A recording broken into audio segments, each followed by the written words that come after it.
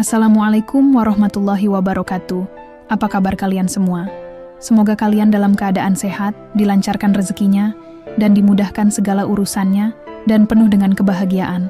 Sebelum masuk ke cerita, jangan lupa bantu like, komen, dan subscribe ya. Semoga kalian semua selalu dalam lindungannya.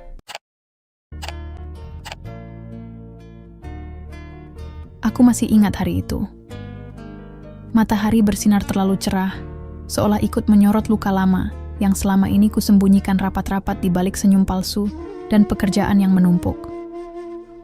Undangan itu datang tiba-tiba, dikirim tanpa nama pengirim, tapi aku tahu siapa pelakunya. Kertas berwarna krem dengan hiasan emas mencolok, tertulis dengan tinta timbul. Pernikahan Adit and Clarissa. Tanganku bergetar saat membukanya. Namanya saja sudah cukup untuk membuat perutku mual. Adit, mantan suamiku. Pria yang dulu aku cintai sepenuh hati, yang kubela mati-matian dari keluarga yang menolaknya, karena dia berasal dari keluarga biasa. Pria yang dulu kupercaya akan menua bersamaku. Tapi sekarang, dia akan menikahi wanita lain. Wanita yang lebih muda, lebih cantik, dan katanya, dari keluarga terpandang.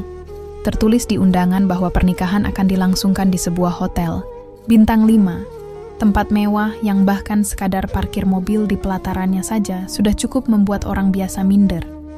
Ada foto mereka di sudut kiri undangan, dengan pose memamerkan cincin berlian dan senyum sok bahagia. Aku membaca undangan itu berulang kali, seolah mencari kesalahan. Tapi yang kutemukan hanya luka yang terbuka kembali. Sudah 3 tahun sejak Adit meninggalkanku. Waktu itu alasannya klise, katanya sudah tidak ada kecocokan. Tapi seminggu setelah perceraian kami, dia tertangkap kamera sedang liburan ke Maladewa bersama Clarissa, sekretarisnya sendiri. Aku tak pernah benar-benar pulih, meskipun di hadapan dunia aku berpura-pura sudah melupakan semuanya. Aku berhasil membangun bisnis kecil, dari nol, belajar keras, kerja siang malam, hingga akhirnya aku bisa hidup dengan tenang tanpa bergantung pada siapapun. Tapi sekarang, undangan itu seperti sebuah tamparan. Bukan karena aku cemburu, tapi karena dia mengira aku masih peduli. Dan yang paling menjijikan adalah tulisan di bagian belakang undangan. Dengan penuh rasa syukur atas limpahan rezeki dan keberhasilan kami yang membanggakan. Keberhasilan? Rezeki? Aku tahu betul dari mana Adit mendapatkan uang-uang itu. Dulu, saat kami masih menikah, dia hanya seorang staf BUMN biasa. Gaji pas-pasan, hidup hemat. Tapi setelah menikahi Clarissa, tiba-tiba dia bisa beli mobil sport, rumah di kawasan elit, liburan ke Eropa setiap musim liburan, dan membuka bisnis properti mewah. Itu semua tak masuk akal. Kecuali kau tahu bahwa Clarissa adalah anak pejabat tinggi yang punya koneksi ke proyek-proyek pemerintah. Dan Adit, dia belajar cepat, menyogok, memalsukan dokumen, bahkan mencuci uang. Aku tahu karena aku punya bukti. Selama 3 tahun ini, aku diam. Tapi sekarang, dia menantangku, mengundangku ke pernikahannya, seolah berkata, "Lihatlah, kamu kalah." Dia ingin pamer, tapi dia lupa satu hal. Aku tidak pernah benar-benar melepaskan semua bukti yang kumiliki. Hari itu aku duduk di kursi ruang kerja, menatap layar laptopku. Semua dokumen yang pernah kukumpulkan masih tersimpan rapi di folder berlabel Adit Setan.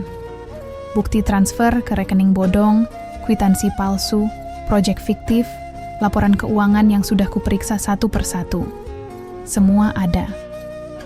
Waktu dulu aku menemukannya, aku sempat berpikir akan melaporkannya, tapi aku takut. Takut dikira bitter. Takut dianggap perempuan yang belum move on. Tapi sekarang aku tidak peduli lagi. Aku tidak akan datang sebagai korban. Aku akan datang sebagai pembalas.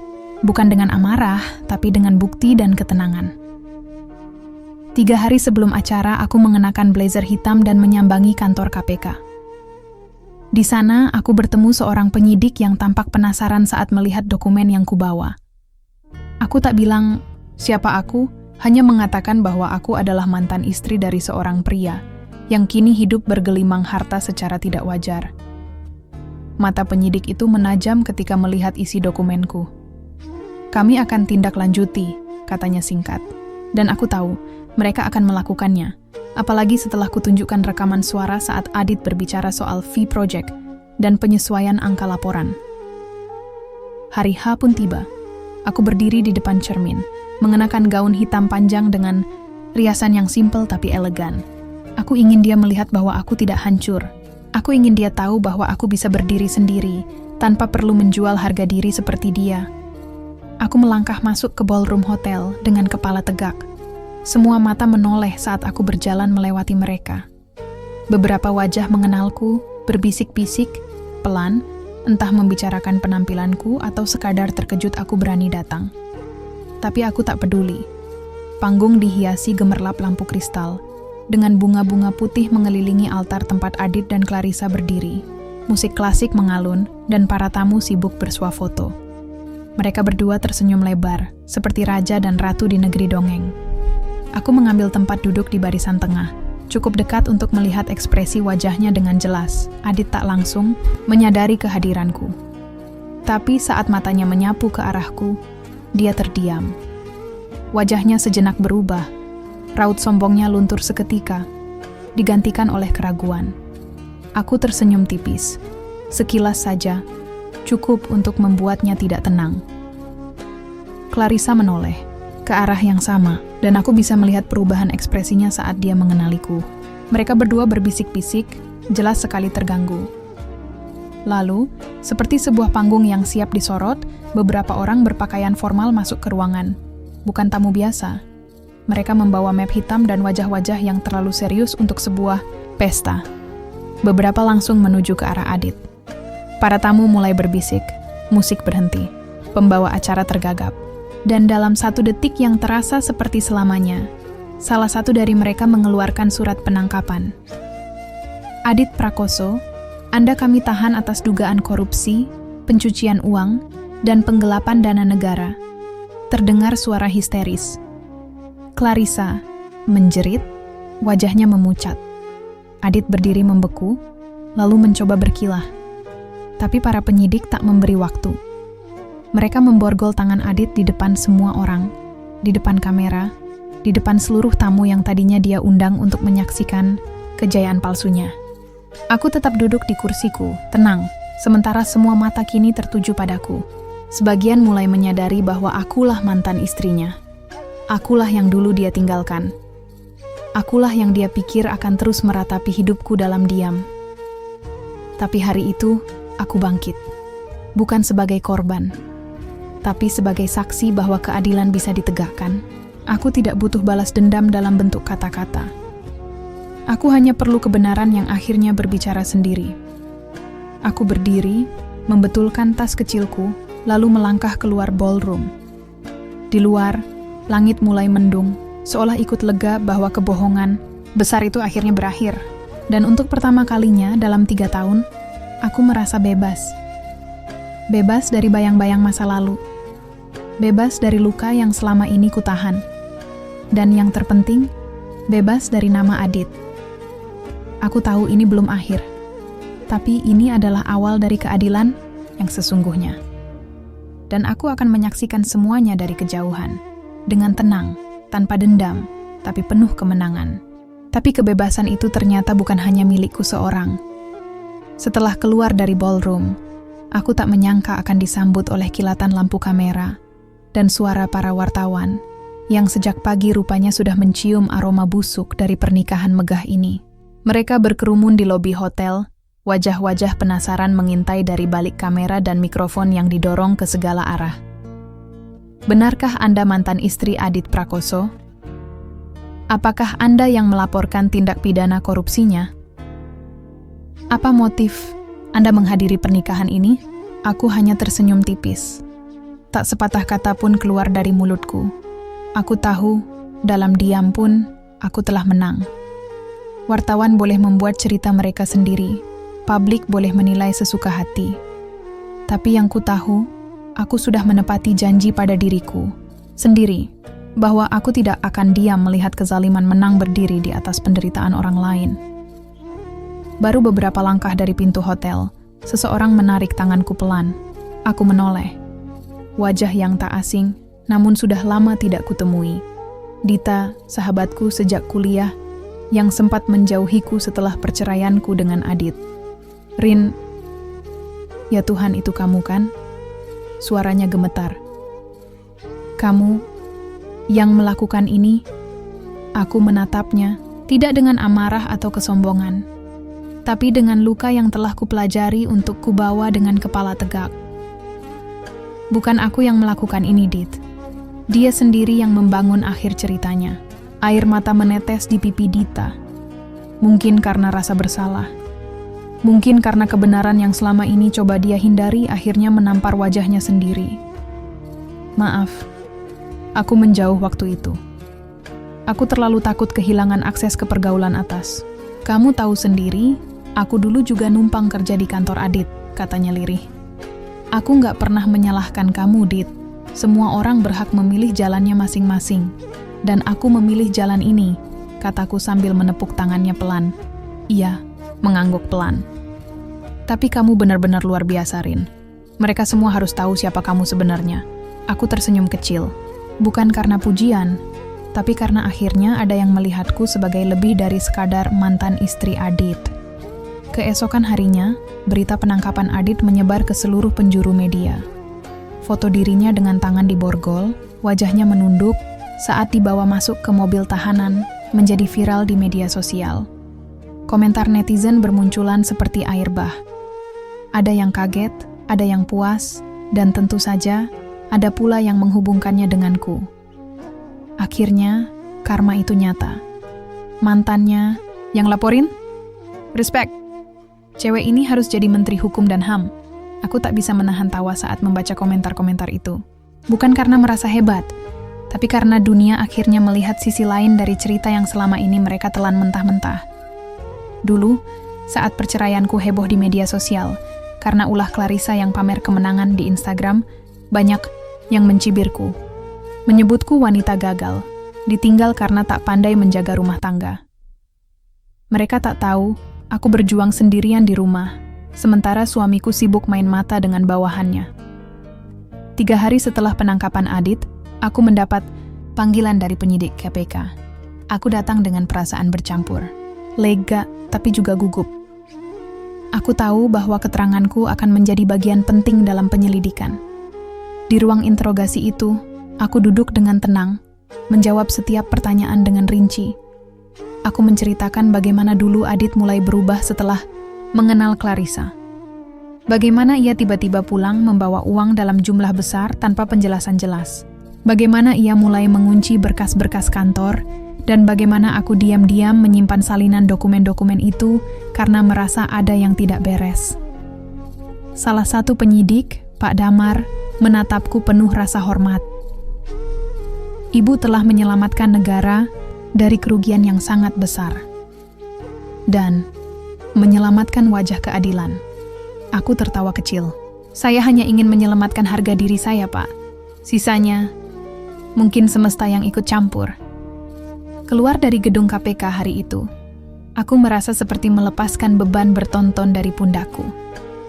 Aku melihat langit Jakarta yang penuh polusi, tapi untuk pertama kalinya terasa terang.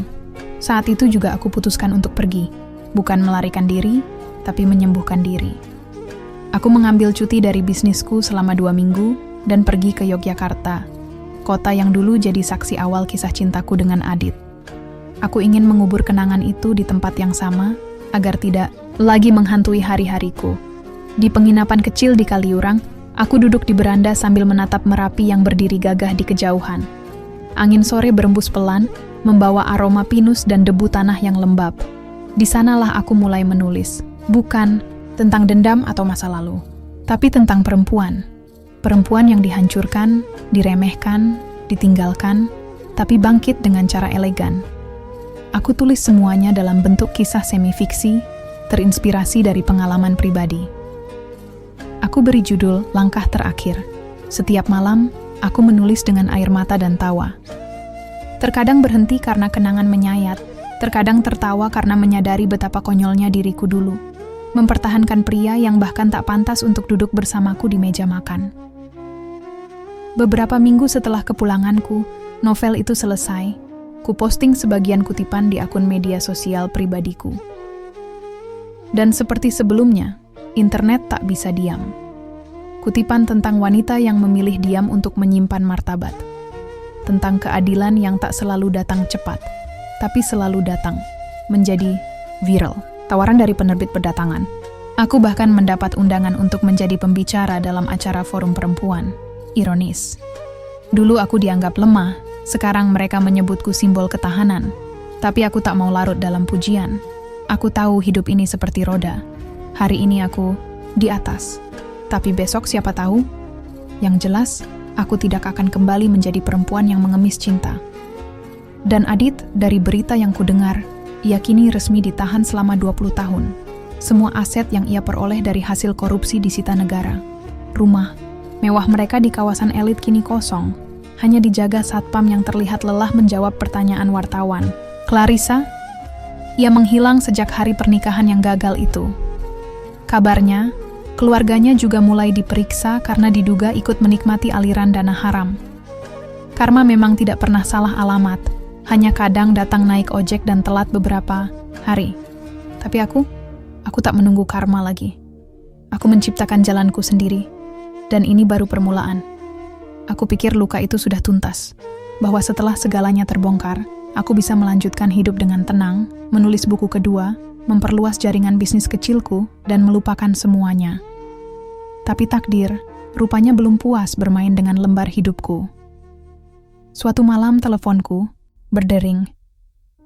Nomor tak dikenal, namun intuisi perempuan yang pernah dibohongi selama bertahun-tahun langsung menyadari bahwa panggilan ini bukan dari sembarang orang. Rina, suara di seberang terdengar gemetar, seperti seseorang yang sudah berhari-hari tidak tidur, atau mungkin tidak hidup tenang. Aku membeku. Sudah lama, tidak ada yang menyebut namaku seperti itu. Dengan nada itu. Dengan beban yang terdengar menyelip di setiap suku, katanya. Clarissa? Tanyaku pelan, hampir berbisik. Hening beberapa detik. Ya, ini aku. Aku butuh bicara. Aku ingin tertawa. Wanita yang merebut suamiku, menghancurkan pernikahanku, dan dengan bangga memamerkan kebahagiaan palsu di depan mataku. Kini mencariku, tapi rasa ingin tahuku mengalahkan dendam. Bicara apa? Tanyaku dingin. Aku hamil, Rina. Dan Adit. Dia mengancamku sebelum ditangkap. Dia bilang kalau terjadi apa-apa padanya, aku akan jadi sasaran selanjutnya. Dan sekarang keluargaku sedang diselidiki. Semua orang menjauhiku. Aku tidak punya siapa-siapa. Aku terdiam. Hamil? Ancaman?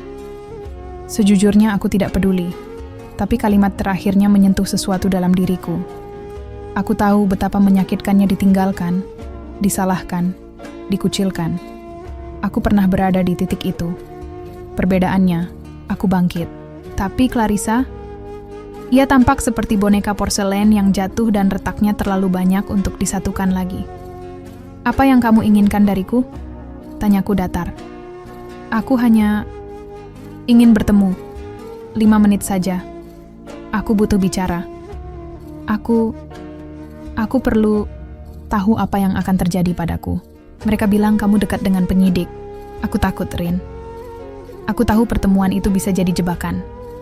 Tapi aku juga tahu, seseorang seperti Clarissa tak akan pernah menghubungiku. Kecuali ia benar-benar kehabisan napas. Malam itu, kami bertemu di sebuah kafe sepi di sudut Jakarta Selatan. Ia mengenakan sweater besar, wajahnya tanpa riasan, rambutnya acak-acakan. Jauh dari wanita glamor yang dulu menyeringai puas di hadapanku dengan cincin berlian di jari manisnya. Terima kasih sudah datang, katanya pelan, menunduk. Aku tak menjawab, hanya menatapnya. Dulu, waktu aku merusak pernikahanmu, aku pikir aku menang. Aku pikir Adit benar-benar mencintaiku. Tapi aku salah. Aku cuma alat. Dia butuh nama keluargaku, butuh koneksi ayahku. Dan setelah dia dapat semuanya, dia berubah. Aku menghela napas. Dan kamu baru menyadarinya sekarang. Dia mengangguk, matanya mulai berkaca-kaca. Dia kasar, Rin. Secara emosional dan kadang fisik. Tapi aku bertahan, karena aku pikir itu harga yang harus kubayar untuk hidup mewah. Sampai aku tahu dia main perempuan lagi. Bahkan setelah menikah denganku. Aku hampir tertawa. Karma, kadang tidak hanya datang tapi membawa rombongan. Kenapa kamu bilang dia mengancammu? Clarissa mengeluarkan ponselnya, membuka sebuah rekaman suara. Aku mendengarkan. Suara Adit terdengar marah, kasar, penuh kata-kata yang mengancam. Kalau kamu buka mulut soal rekening itu, aku pastikan kamu ikut tenggelam. Aku punya catatan. Kamu bukan korban, kamu bagian dari ini semua. Suara Clarissa dalam rekaman itu menangis, memohon. Tapi Adit tetap dingin. Lalu rekaman berhenti. Dia menyuruhku jadi pemegang rekening bayangan. Tapi aku nggak ngerti, aku cuma nurut. Sekarang, semuanya balik nyerang aku. Aku bahkan nggak tahu harus kemana. Aku takut kehilangan anakku. Untuk pertama kalinya, aku melihat Clarissa sebagai manusia. Bukan pesaing, bukan perusak rumah tangga, tapi manusia yang keliru memilih, lalu terperosok, dan sekarang tenggelam dalam lumpur yang dia gali bersama Adit. Kalau kamu benar-benar mau keluar dari semua ini, kamu harus bicara, kataku akhirnya, ke KPK. Ceritakan semuanya. Kalau kamu jujur, mereka bisa pertimbangkan statusmu. Dia menatapku lama. Apa kamu benci aku? Aku menghela napas panjang. Dulu iya, sekarang enggak. Aku terlalu sibuk menyembuhkan diriku untuk menyisakan ruang membenci siapapun. Malam itu aku pulang dengan hati yang aneh, tidak senang, tidak marah. Hanya hening. Seperti badai telah lewat dan menyisakan keheningan di tengah reruntuhan. Seminggu kemudian Clarissa menyerahkan diri. Pengakuannya menjadi tambahan penting dalam kasus Adit. Ia memang tidak bebas dari hukuman, tapi diberi perlindungan sebagai saksi penting. Keluarganya pun mulai bersuara, mengakui keterlibatan dan meminta maaf secara terbuka. Untuk publik, mungkin ini hanya berita besar. Tapi untukku, ini adalah penutupan sebuah siklus. Dan anehnya, aku mulai merasa kosong. Setelah semua ini, aku sadar. Membalas dendam memang memuaskan, tapi tidak mengembalikan waktu. Tidak menghapus trauma. Tidak memperbaiki masa lalu. Yang bisa kulakukan sekarang hanyalah membangun masa depan yang lebih jujur dan lebih tenang. Aku pindah dari Jakarta ke Bandung. Kota yang lebih sejuk, lebih pelan, dan lebih jauh dari ingar-bingar masa lalu. Aku membuka toko bunga kecil di sudut Dago. Kecil, tapi hidup. Orang-orang datang bukan untuk mengingat luka, tapi untuk memberi harapan. Setiap pagi aku menyiram bunga dengan tenang. Sesekali, ada pelanggan yang mengenaliku, lalu berkata dengan kagum, "Ibu Rina, ya, yang dulu." Aku hanya tersenyum. Saya bukan siapa-siapa. Saya cuma penjual bunga. Tapi jauh di dalam hatiku, aku tahu. Aku adalah bukti bahwa perempuan bisa dihancurkan, bisa dikhianati, tapi tetap bisa berdiri, dan bahkan menanam bunga di atas bekas reruntuhan. Dan meski kisahku dengan Adit sudah lama usai, aku tahu, cerita ini belum selesai. Karena kadang, hantu dari masa lalu tidak datang mengetuk. Ia menyelinap lewat kabar tak terduga. Seperti yang terjadi 2 minggu setelah aku membuka toko bunga. Sebuah surat, tanpa nama pengirim, masuk ke kotak posku. Di dalamnya hanya ada satu kalimat. "Kamu pikir ini sudah berakhir?" Tanganku bergetar saat membaca kalimat itu. Tidak ada nama, tidak ada cap pos. Kertasnya pun seperti asal robek dari notes murahan. Tapi ada sesuatu pada tulisan tangan itu. Tajam, miring, tergesa-gesa, yang membuat jantungku berdetak 2 kali lebih cepat. Aku berdiri dari meja kerjaku di toko bunga. Udara pagi yang seharusnya menenangkan kini terasa tebal, menusuk. Aku melihat sekeliling. Tidak ada yang mencurigakan. Jalanan Dago masih tenang. Beberapa orang berlalu lalang membawa kopi. Beberapa berhenti memotret bunga gantungku yang mulai mekar. Tapi aku tahu, sesuatu sedang mengintai. Kepalaku mendadak dipenuhi banyak kemungkinan. Surat ancaman itu dari siapa? Adit? Tidak mungkin. Ia masih dalam tahanan, kecuali seseorang di luar sana menjalankan perintahnya. Atau Clarissa. Tapi apa untungnya baginya setelah semua pengakuan itu? Atau ini justru dari seseorang yang namanya belum pernah kusebut, namun ternyata selama ini ikut bermain dalam bayang-bayang? Aku segera membawa surat itu ke kantor polisi setempat. Mereka mencatat laporanku, memotret surat dan menjanjikan akan menyelidiki. Tapi dari sorot mata mereka, aku tahu. Mereka menganggap ini hanya ulah iseng. Bagi mereka, aku hanya mantan istri pejabat korup yang sedang menikmati panggung kedua dalam hidupnya. Sore itu aku pulang ke apartemen kecilku di atas toko. Aku memeriksa setiap sudut ruangan. Semua masih terkunci, tak ada yang janggal. Tapi rasa waspada terus menggantung. Aku tidur dengan lampu menyala malam itu. Dan seperti yang sudah kuduga, mimpi buruk datang. Aku bermimpi Adit keluar dari penjara. Wajahnya babak belur, tapi matanya penuh kebencian. Ia berdiri di ambang pintu rumah masa lalu kami, menggenggam koper penuh berkas. Di belakangnya, Clarissa berdiri dengan wajah penuh darah, menangis sambil memanggil-manggil namaku. Aku terbangun dengan napas memburu dan peluh dingin. Jam menunjukkan pukul 3.12 pagi. Di luar, hujan turun pelan. Aku bangkit dan menyalakan lampu ruang tamu, duduk di sofa, mencoba menenangkan diri. Tapi saat kulihat ke jendela, ada bayangan. Bayangan seseorang berdiri di seberang jalan. Aku menatap. Balik, jantungku berdetak kencang. Bayangan itu tidak bergerak, tidak menoleh. Hanya berdiri, diam, seolah tahu aku melihatnya. Dan tiba-tiba, hilang. Begitu saja. Seolah larut ke dalam gelapnya malam. Keesokan harinya, aku menghubungi Dita.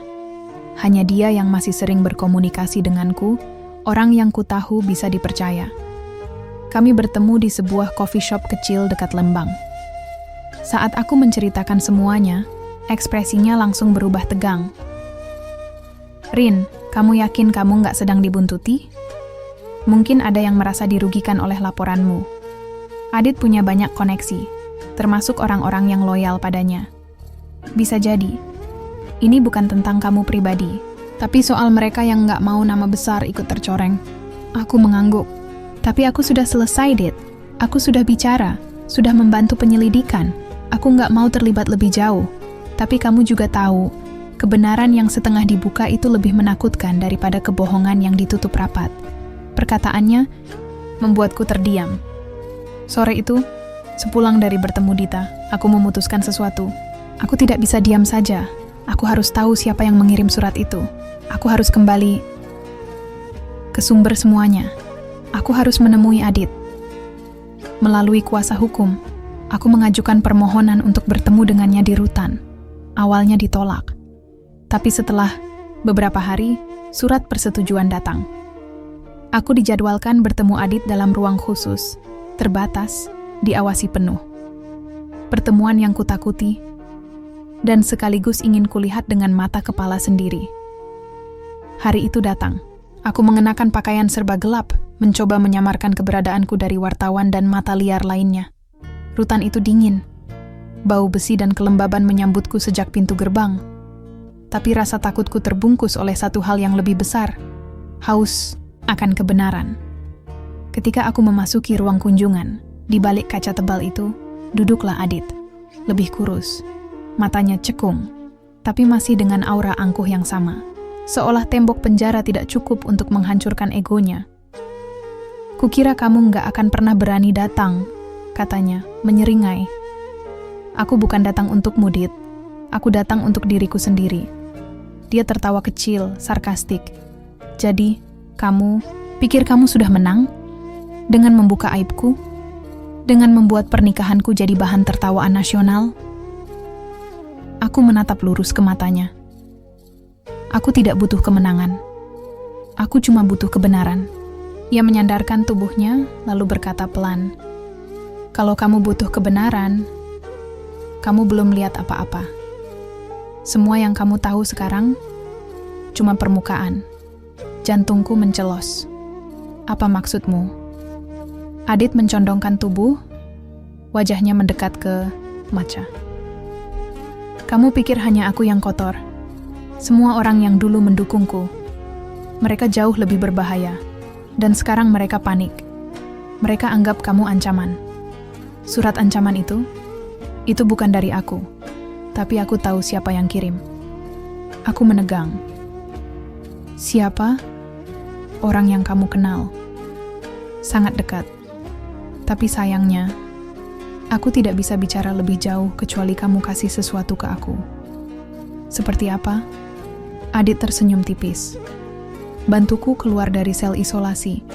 Aku tak minta bebas, tapi aku butuh akses. Kecuali kamu mau lihat dirimu. Terkubur pelan-pelan, aku berdiri. Aku tidak akan berkompromi dengan iblis. Dia hanya menatapku saat aku melangkah keluar. Tapi sebelum aku benar-benar meninggalkan ruangan, suaranya menyusul di balik pantulan kaca. Hati-hati, Rin. Musuhmu bukan lagi aku, tapi mereka yang kamu kira berdiri di pihakmu. Musuhmu bukan lagi aku, tapi mereka yang kamu kira berdiri di pihakmu. Kalimat itu menghantam pikiranku lebih keras dari apapun yang Adit pernah katakan. Aku keluar dari ruang tahanan dengan langkah limbung. Dunia di luar penjara tetap berjalan seperti biasa. Matahari bersinar, kendaraan berlalu lalang, suara klakson bersahutan. Tapi di dalam dadaku, dunia seperti berhenti sejenak.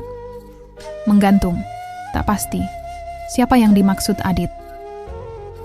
Aku mencoba mengingat semua orang yang dekat denganku sejak kasus ini dibuka ulang. Dita? Tidak mungkin. Dia sahabatku sejak kuliah. Orang pertama yang menampungku saat Adit meninggalkanku dulu. Tapi, justru karena dia paling dekat, kemungkinan itu menjadi lebih menakutkan. Atau Clarissa. Tapi tidak masuk akal. Dia sedang dalam perlindungan. Lalu, siapa? Aku menghabiskan malam itu di apartemen dengan segelas teh yang tak kunjung habis. Pikiran terus berputar, mencoba memetakan ulang segalanya. Dan di tengah keheningan itu, sebuah ingatan mencuat. Seminggu sebelum aku menerima surat ancaman, aku sempat menceritakan ideku untuk membuka toko bunga kepada seseorang. Seseorang yang menawarkanku properti murah dan membantuku mengurus perizinan dengan cepat. Reza, rekan bisnis Dita. Kami bertemu beberapa kali. Ramah. Banyak membantu. Terlalu banyak membantu. Tapi yang paling mencurigakan, dia tahu alamat baruku, padahal aku hanya memberitahukannya secara lisan, tanpa pernah menuliskannya. Detak jantungku mulai berpacu. Pagi harinya, aku pura-pura biasa. Datang ke toko, menyapa pelanggan, menyiram bunga. Tapi dalam kepalaku, aku menyusun rencana. Aku butuh bukti. Butuh tahu siapa Reza sebenarnya. Aku menghubungi kenalanku di salah satu kantor berita investigasi. Bayu, jurnalis muda yang dulu membantu menyebarkan tulisanku tentang Adit. Setelah menjelaskan secara samar, Bayu setuju menyelidiki latar belakang Reza. Tak butuh waktu lama sebelum ia kembali padaku dengan sesuatu yang membuat darahku terasa dingin. Nama aslinya bukan Reza Rin. Nama lengkapnya Reza Wijaya Mulyana. Pernah bekerja sebagai konsultan keuangan untuk salah satu perusahaan cangkang yang dikendalikan oleh, tebak siapa? Adit. Apa? Suaraku tercekat. Lebih dari itu. Dia juga pernah dicurigai terlibat dalam aliran dana kampanye gelap, tapi lolos karena tak cukup bukti. Sekarang dia membuka beberapa jaringan properti di Bandung. Dan semua tanpa jejak yang terlalu jelas. Dan dia yang bantu aku dapat tempat ini. Iya. Aku rasa kamu sedang diawasi sejak awal, Rin. Dunia seperti jungkir balik di hadapanku. Aku merasa seperti pion dalam permainan catur yang jauh lebih besar dari yang pernah kubayangkan. Malam itu juga, aku mengemasi beberapa barang penting dan pindah ke rumah Dita. Tanpa memberitahukan siapapun. Aku belum tahu pasti apakah Dita sendiri bersih.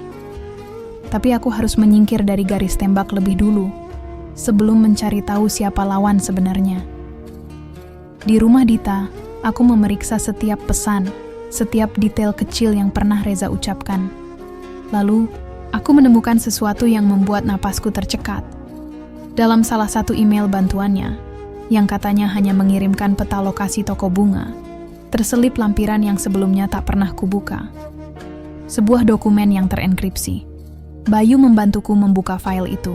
Isinya? Rekaman aliran dana dari salah satu rekening Clarissa ke rekening yang dikendalikan oleh Reza. Angkanya tidak main-main, lebih dari 2 miliar rupiah. Transaksi terjadi 2 minggu sebelum Adit ditangkap. Skemanya mulai terlihat.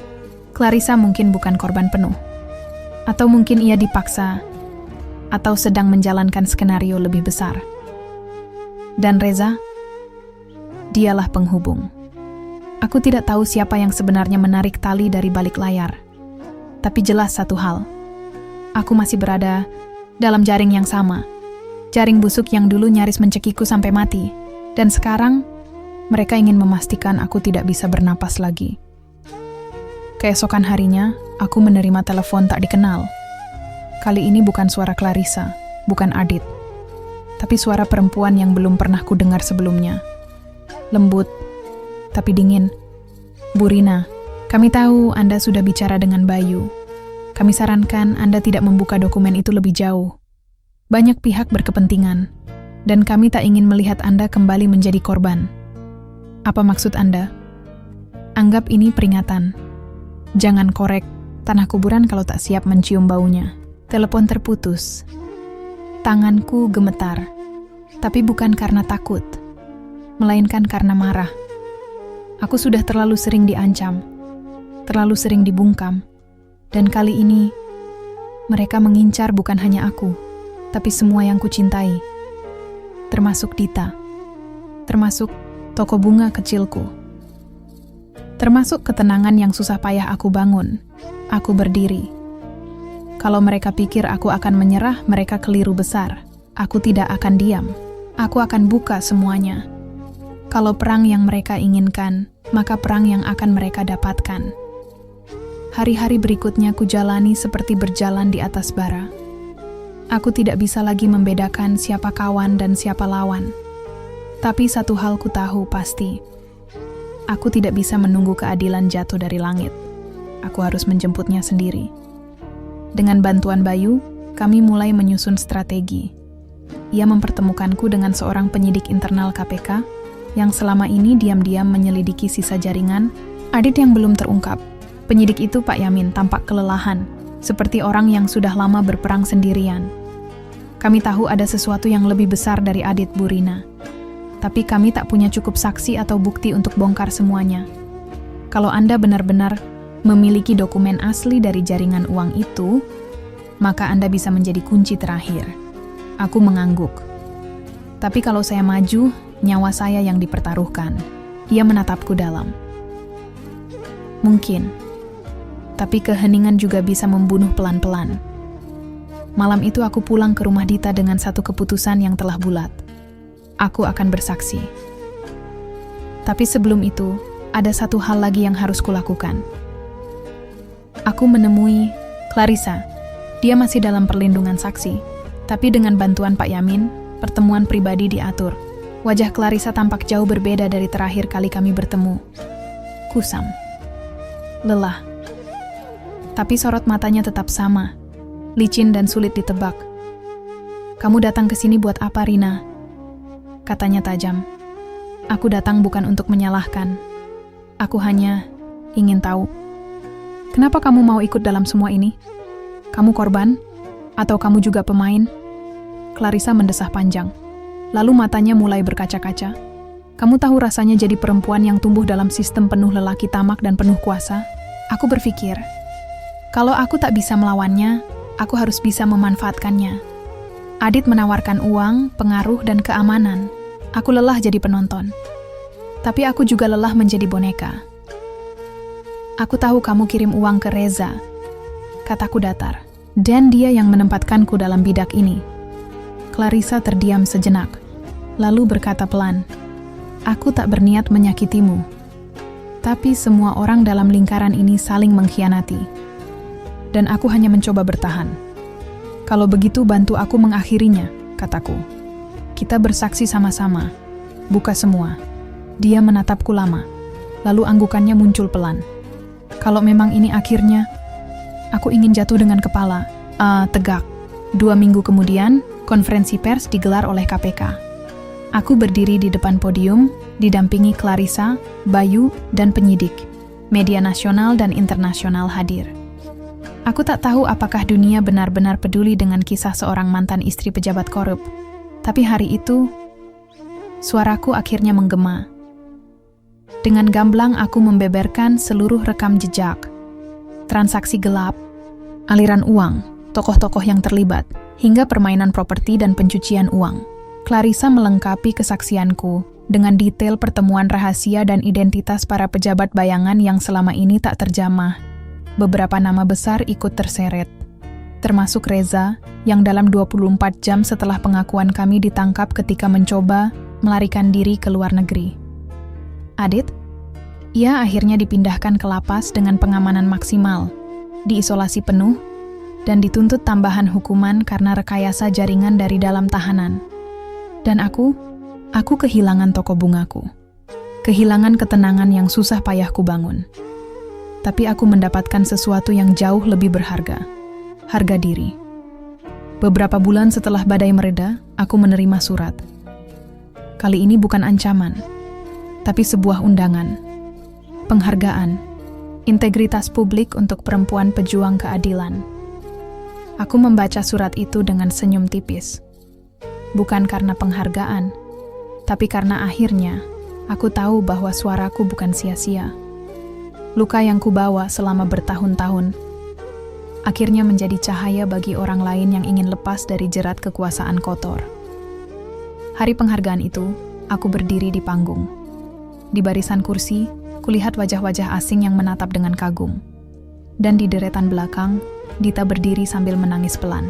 Bayu mengangguk padaku, memberi isyarat bahwa semuanya sudah selesai. Aku menatap mikrofon, menarik napas, lalu berkata, "Dulu aku pikir, hidupku berakhir saat ditinggalkan oleh suami yang mengkhianati, mempermalukan, dan menghancurkan kepercayaanku. Tapi aku salah. Hidupku baru dimulai saat aku memilih untuk tidak diam. Saat aku berani berdiri, bukan untuk membalas, tapi untuk membebaskan." Aku tersenyum. Untuk pertama kalinya, bukan karena ingin terlihat kuat, tapi karena aku tahu, aku memang kuat, dan cerita ini adalah milikku sepenuhnya.